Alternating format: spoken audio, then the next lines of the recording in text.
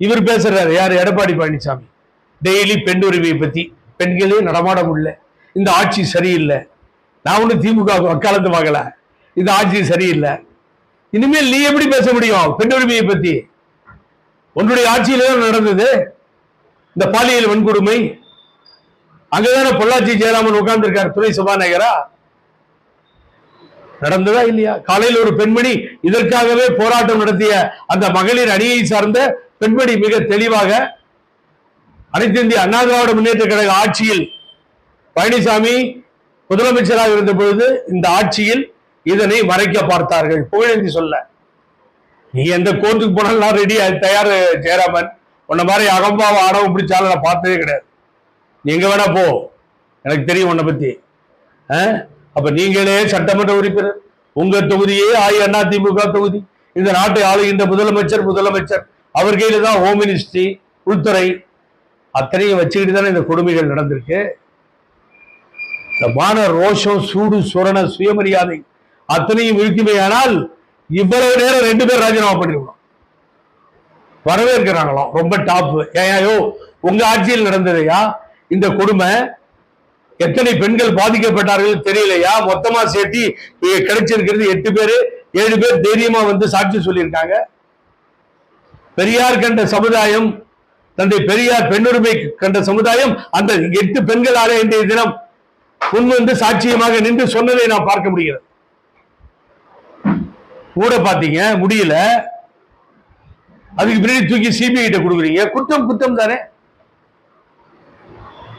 குற்றம் நடந்துருச்சு இல்ல. மொண்டி சோழன் ஒரு அரசர் இருந்தாரு, தேர்ல வந்து தெரியாது பழனிசாமிக்கு, அவர்கிட்ட பேசி நான் பிரயோஜனம் இல்லை.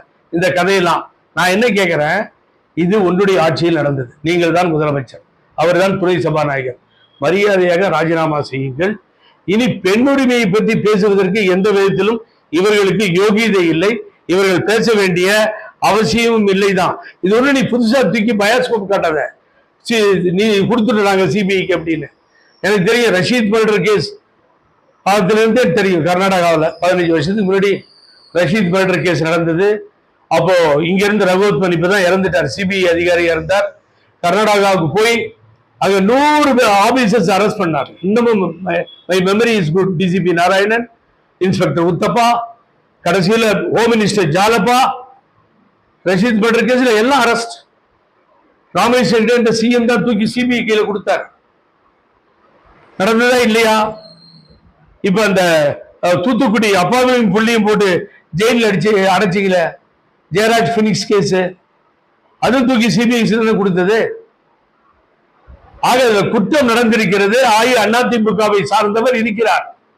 கொஞ்ச நாளைக்கு முன்னாடி இங்க என்ன பண்ணீங்க, அண்ணா யூனிவர்சிட்டியில ஒரு இதே மாதிரி பாலியல் பலாத்காரம் நடந்தது. அதுக்கும் நான் சப்போர்ட்டா பேசல. அதுல ஈடுபட்டவர் திமுகவை சார்ந்தவர் கத்துனீங்க இல்ல. இப்ப அதிமுகவை சார்ந்தவன் தானே இருக்க, என்ன வரவேற்கிறீங்க? அதுல நீங்க வரவேற்புக்கு என்ன இருக்கு? அதுல தப்பிச்சுக்கிறதுக்காக இதே பொள்ளாச்சி ஜெயராமன் அவருடைய தொகுதிக்கு சென்ற பொழுது துரத்தி அடிக்கப்பட்டிருக்கிறார், வெளியேற்றப்பட்டிருக்கிறார். பேசவே முடியாம காரையில ஓடி வந்திருக்கார். நீ துணை முதலமைச்சர் உதயநிதி ஸ்டாலின் பேசிட்டாருன்னு பேசிட்டு நீ இது உண்மையா பொய்யா சொல்லி என்கிட்ட நான் தெரிஞ்சுக்கிறேன்.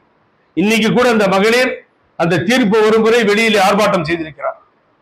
அந்த மகளிரை நான் மகளிர் சங்கத்தை வேண்டி கேட்டுக்கொள்கிறேன், எடப்பாடி பழனிசாமி பொள்ளாச்சி ஜெயராமன் ராஜினாமா பண்ணும் முறை இந்த ஆர்ப்பாட்டத்தை தொடர்ந்து செய்யுங்கள்.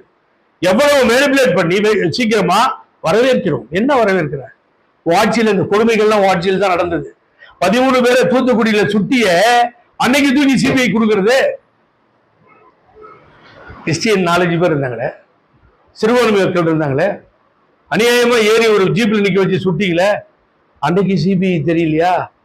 மக்கள் நடத்திய போராட்டத்தினுடைய எதிரொலியை சமாளிக்க முடியாமல் அது சிபிஐக்கு மாற்றப்பட்டது. சிபிஐ சட்டையும் பேண்டையும் கழட்டி எல்லாத்தையும் பிடிச்சு உள்ள போட்டு நீட்டா ஜட்ஜ்மெண்ட் கொண்டு வந்து நிறுத்திட்டாங்க. இந்த போட்டோ எல்லாம் வெளியே விட்டோம்னா அசிங்கமா இருக்கும். வேலுமணியும் கூட இருக்காரு, வேலுமணி கூட இருக்காரு, அந்த அக்யூஸ் கூட நிற்கிறார், அதோட சென்ட்ரல் மினிஸ்டர் கூட இருக்கார். என்னங்க நியாயம்? இதுதான் பொறுப்பேற்று வருத்தப்படக்கூடிய விஷயங்களை வரவேற்கிறேன்னு சொன்னா. ஆகவே இந்த வரவேற்கக்கூடிய சரித்திரம் படித்த தீர்ப்பு நீ வரவேற்கக்கூடிய தீர்ப்பு அல்ல.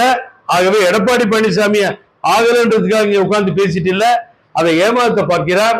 அந்த அந்த சம்பவத்திற்கு முக்கியமான காரணமானவர்கள் இவர்கள் தான். அதுக்கு முன்னாடி கோயம்புத்தூர்ல நல்லா கவனிங்க, கற்பழிப்பு கேஸ் மேஜர் பண்றேன்னு கூட்டு போய் அங்கிருந்த கமிஷனர் ஸ்பாட்ல சுட்டாரு ஆட்டோக்காரன். ஞாபகம் இருக்கா? புதுசா வரவேற்கிறியா நீ? அந்த தொகுதிக்குள் நீங்கள் போகவே முடியாது ஓட்டு கேட்டுக்கொண்டு. அந்த சரௌண்டிங் கோயம்புத்தூர் மண்டலத்தில் இந்த பிரச்சனையை எழுப்பி புகழேந்திய பிரச்சாரம் செய்து ஊர் ஊராக வருவேன் உனக்கு எதிர்பார்க்கிறான். இந்த பாலியல் குற்றச்சாட்டுக்கும் உங்களுக்கும் சம்பந்தம் இருக்கிறது என்பதுதான் அதிமுக காரன் உள்ளே இருந்ததால் நிரூபிக்கப்பட்ட ஒன்று. தைரியமா இதுக்கு பின்னணியா இருந்தீங்க. அந்த லேடிஸ் இன்னைக்கு டிவியில உட்காந்து அதை தான் சொல்றாங்க காரணம்னு. அதை எடுத்து நான் டிவிக்கு சொல்லணும்.